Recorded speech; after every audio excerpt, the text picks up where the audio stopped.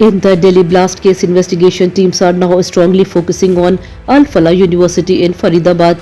During questioning two arrested doctors, Dr. Muzammil Shakil and Dr. Shahin Saeed revealed that the terror module had been using the university as a place for radicalization, meetings, planning and hiding their activities under an academic cover. The main suspect Amir and Umar were also linked to the university and reportedly operated from there. The I-20 car used in the Delhi blast was registered in Amir's name.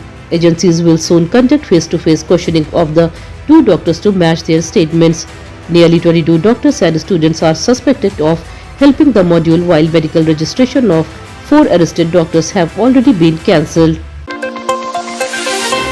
PDP chief and former Jammu and Kashmir Chief Minister Mehbooba Mufti criticized the central government after the Red Fort blast, saying the incident shows growing insecurity in the country. She said the centre's claim of peace in Kashmir is only for politics and the wrong policies have now made even Delhi unsafe. The November 10th blast killed 13 people and injured more than 20. Pulwama resident Dr. Umar, linked to the module, triggered the explosion and died on the spot. The case is now being investigated by NIA, NSG, ED and other agencies as the group involved is being called a white-collar terror module. So far, 6 doctors linked to the module have been arrested. 2 booth-level officers from Kerala and Rajasthan have died by suicide allegedly due to extreme pressure from the SIR program. In Kerala's Kannur district, 44-year-old BLO Anish George was found hanging in his house. His family says he had been under continuous workload and feared suspension if he had failed to meet target. In Jaipur, another BLO teacher Mukesh Jangir died after jumping in front of a train. His family also blamed the heavy workload and mental stress. In Kolkata, one more BLO has been admitted to a hospital because of severe stress. Families of all officers are demanding that authorities review the SIR workload to prevent more such tragedies.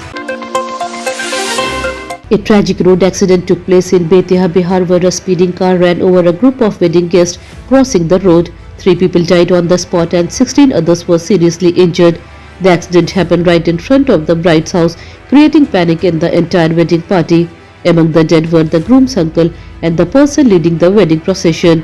After the incident, angry relatives accused the CHC hospital of negligence during treatment. This led to chaos, shouting and even clashes inside the hospital premises. Police were present but struggled to control the large crowd. The injured are being treated and police are searching for the driver. A major accident in Saudi Arabia killed 42 Indian passengers traveling from Mecca to Medina. The bus collided with a diesel tanker near the Muharras area around 1:30 am, causing a massive fire that trapped nearly everyone inside.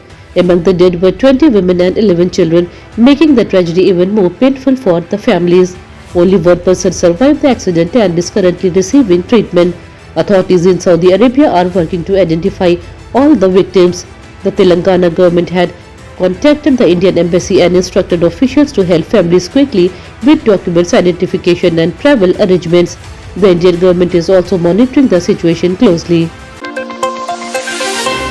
Bangladesh is facing intense unrest ahead of the special tribunal's verdict against former Prime Minister Sheikh Hasina in a case related to crimes against humanity. Across the country, violent protest, arson, stone pelting and road blockades have been reported. To control the situation, the government has deployed the army, police and border guards and declared a high alert. In several cities, shops were being burnt and public transport has been attacked. In Dhaka, police have been ordered to shoot at violent mob if the situation becomes life-threatening. The verdict is expected today and security forces fear that violence may worsen once the decision is announced. The United States military carried out an airstrike on a drug smuggling boat in the Eastern Pacific Ocean, killing 3 people on board. This marks the 21st strike on drug operations since September, showing the increasing scale of America's anti-smuggling mission. Officials say more than 83 people have been killed in these operations over the past few months. The Defense Department stated that these actions are necessary to stop drug trafficking routes that supply illegal substances across America. The U.S. military personnel involved have been given legal protection under special orders. Officials say the operation will continue as long as drug networks remain active in the region. In Israel, 35-year-old Dr. Hedis Levy has given birth to a baby boy using postmortem sperm retrieval nearly 1.5 years after her fiancé Captain Nathaniel Silverberg died during fighting in Gaza in December 2023. The sperm was retrieved soon after his death and preserved for future use.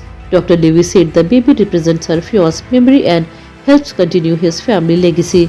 The story has received emotional reactions across Israel, with many calling it a symbol of hope, love, and resilience.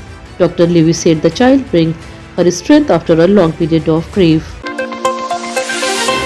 The stock market opened strong today, with the Sensex rising more than 200 points to trade around 84,800. The Nifty also showed a positive trend and gained nearly 50 points. Banking and auto stocks led the rally as major companies in these sectors posted healthy buying interest from investors. Market experts say global cues are stable and domestic demand is improving, which is helping investors' confidence. Trading is expected to remain positive if buying continues in financial and automobile shares through the day. India faced a rare defeat at Eden Garden as the team failed to chase a small target of 125 runs for the first time at home. The batting lineup collapsed under pressure and the match ended with a surprising result for fans. This defeat also ended India's 13 years unbeaten run at the iconic Kolkata Stadium. However, Mohammad Siraj continued his strong form, taking his 41st wicket of the year and becoming one of the top Indian bowlers of 2025. The loss has raised question about India's middle order performance. Cold weather gripped North India as temperatures dropped sharply across many states. In Bhopal, the minimum temperature fell to 5.2 degrees Celsius, breaking an 84-year-old record and surprising residents with an early winter chill. Rajasthan also faced intense cold, with 16 cities recording temperature below 10 degrees Celsius. Delhi continued to shiver as the temperature reached around 9 degrees Celsius in the morning, making it one of the coldest days of the season.